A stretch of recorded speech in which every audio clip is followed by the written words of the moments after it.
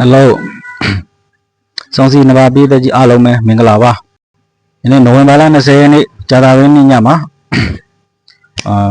ကစားတဲ့ပွဲ၄ပွဲကိုရွေးချယ်ပေးသွားပြန်ပါတယ်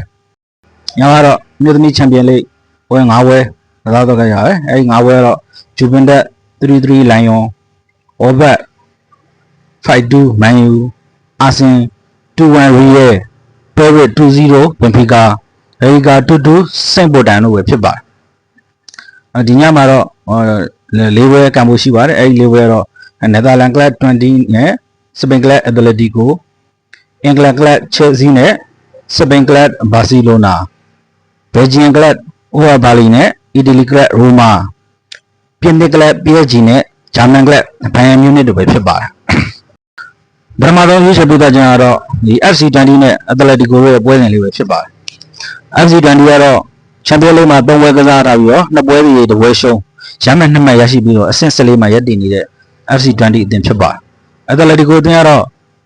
3ပွဲကစားထားပြီးတော့2ပွဲနဲ့2ပွဲရှုံးရမှတ်3မှတ်ရရှိပြီးအဆင့်73မှာရပ်တည်နေတဲ့အသင်းဖြစ်ပါ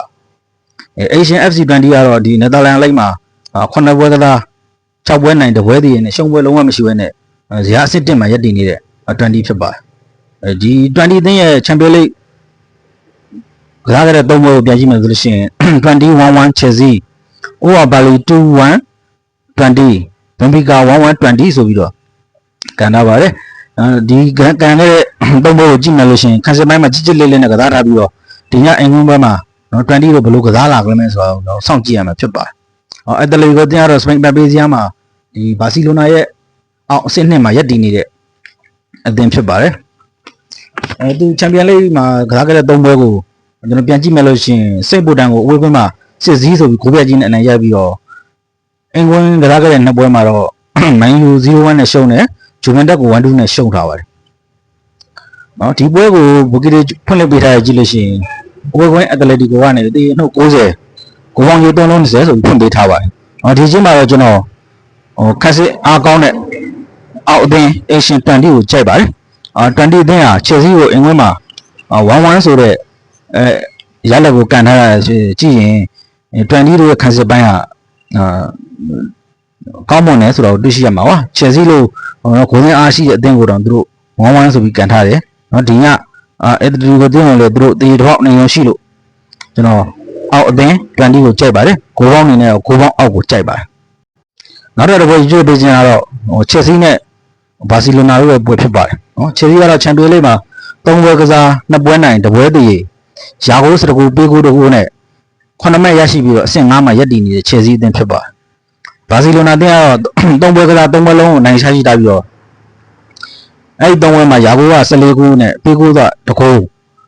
ရမှတ်အနေနဲ့9မှတ်ရရှိပြီးတော့အဆင့်2မှာရပ်တည်နေတဲ့အသင်းဖြစ်ပါတယ်အဆင့်1ကလိုင်ယွန်တို့တဲ့တပွဲရော့ကန်ထားပါတယ်ဒီညပွဲကိုတေးကြရုံနဲ့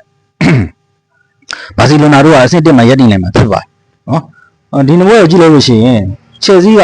ကစားခဲ့တဲ့3ပွဲမှာ10ဂိုးရတယ်ပေးကိုကတကိုးပဲရှိတယ်ဘာစီလိုနာတို့ကစားခဲ့တဲ့3ပွဲမှာရာဂိုးက14ဂိုးရှိပြီးပေးကိုကတကိုးပဲရှိတယ်ဒီတော့နှစ်သင်းစလုံးဟာတိုက်စစ်ကောခံစီရောကောင်းမွန်နေတဲ့အသင်းတွေ့ရှိနေတာဖြစ်ပါတယ်ဒါပေမဲ့နှစ်သင်းစလုံးဟာအတက်ကင်ပိုင်းအသာပြုကစားတဲ့အတွက်ဒီညမှာတော့ဒီနှစ်သင်းတွေ့ဆုံမှုမှာတော့ကျွန်တော်ဂိုးပေါင်းအပေါ်ရွေးချယ်ပေးခြင်းပါတယ်ဒီနှစ်သင်းရဲ့ဂိုးပေါင်းကြီးကတော့3လုံး80ဆိုဖွင့်ပေးထားပါတယ်3လုံး80ဆိုတော့ဂိုးပေါင်းကြီးမှာတော့မင်းပါလဲငါပါလဲမေးကြမဲ့ပွဲမျိုးမို့လို့ကျွန်တော်ဂိုးပေါင်းအပေါ်လေးရွေးချယ်ပေးခြင်းပါတယ်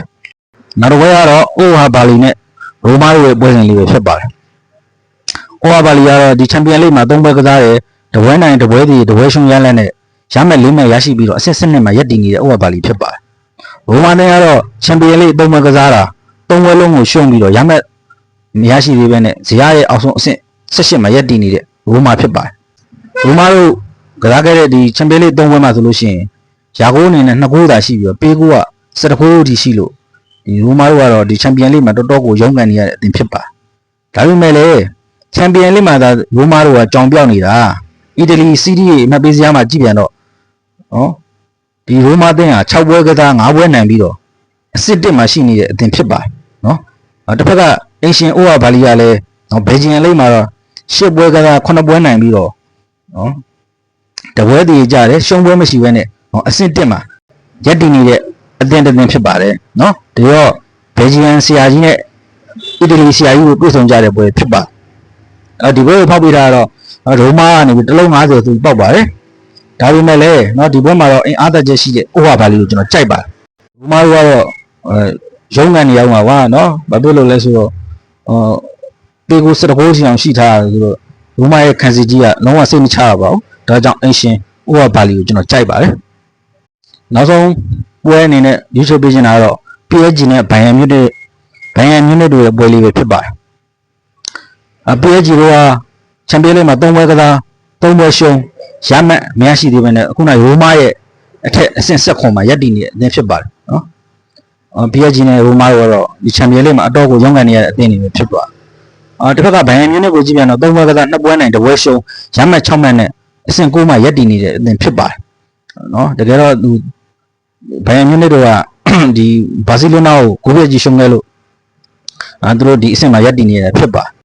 ဘိုင်ယန်မြူနစ်တို့ဒီချန်ပီယံလိကစားခဲ့တဲ့3ပွဲမှာယာကိုက6ဂိုးပေးကိုက10ဂိုးရှိထားတဲ့အတွက်ဘိုင်ယန်တို့ကဒီအတက်ကင်ကိုဦးစားပေးတဲ့အသင်းဖြစ်လို့ဂိုးတွေလည်းရတယ်လို့ဂိုးတွေလည်းပေးနေရတော့ကျွန်တော်တွေ့ရတယ်အဒီချက်ကိုကြည့်ရင်တော့အင်ရှင် PSG တို့ကတိုက်စစ်ပိုင်းမှာဒီ3ပွဲမှာ2ဂိုးပဲရရှိထားလို့เนาะအားရတယ်မရှိပြီမဲ့လို့ဒီတိုက်စစ်ပိုင်းဖွင့်ကစားလာမယ်ဘိုင်ယန်ရဲ့ကစားဟန်ကြောင့် PSG တို့ဒီဘက်မှာဂိုးရသွားနိုင်ပါတယ်ဒါကြောင့်မလို့ဒီ3-3တည်ပေါက်တဲ့ဒီနှစ်သင်းရဲ့ဂိုးပေါင်းကြီးမှာတော့ကျွန်တော်ဂိုးပေါင်းအပေါ်ရွေးချယ်ခြင်းပါတယ်ဒီညရွေးချယ်ပေးခဲ့တဲ့၄ပွဲကတော့ကျွန်တော်ရဲ့အကြိုက်၄ပွဲသာဖြစ်ပါတယ်เนาะညီကိုတို့ရဲ့အကြိုက်နဲ့ကိုက်ညီနေရင်တော့လိုက်ပါစော်ကစားနိုင်ပြီးတော့အကြိုက်မတူဘဘက်ကန်ပြီးဆော့ပါအဓိကတော့အပေါင်းပြနေဖို့အရေးကြီးပါတယ်เนาะအားလုံးပဲကံကောင်းလို့အပေါင်းပြကြပါစေခင်ဗျာ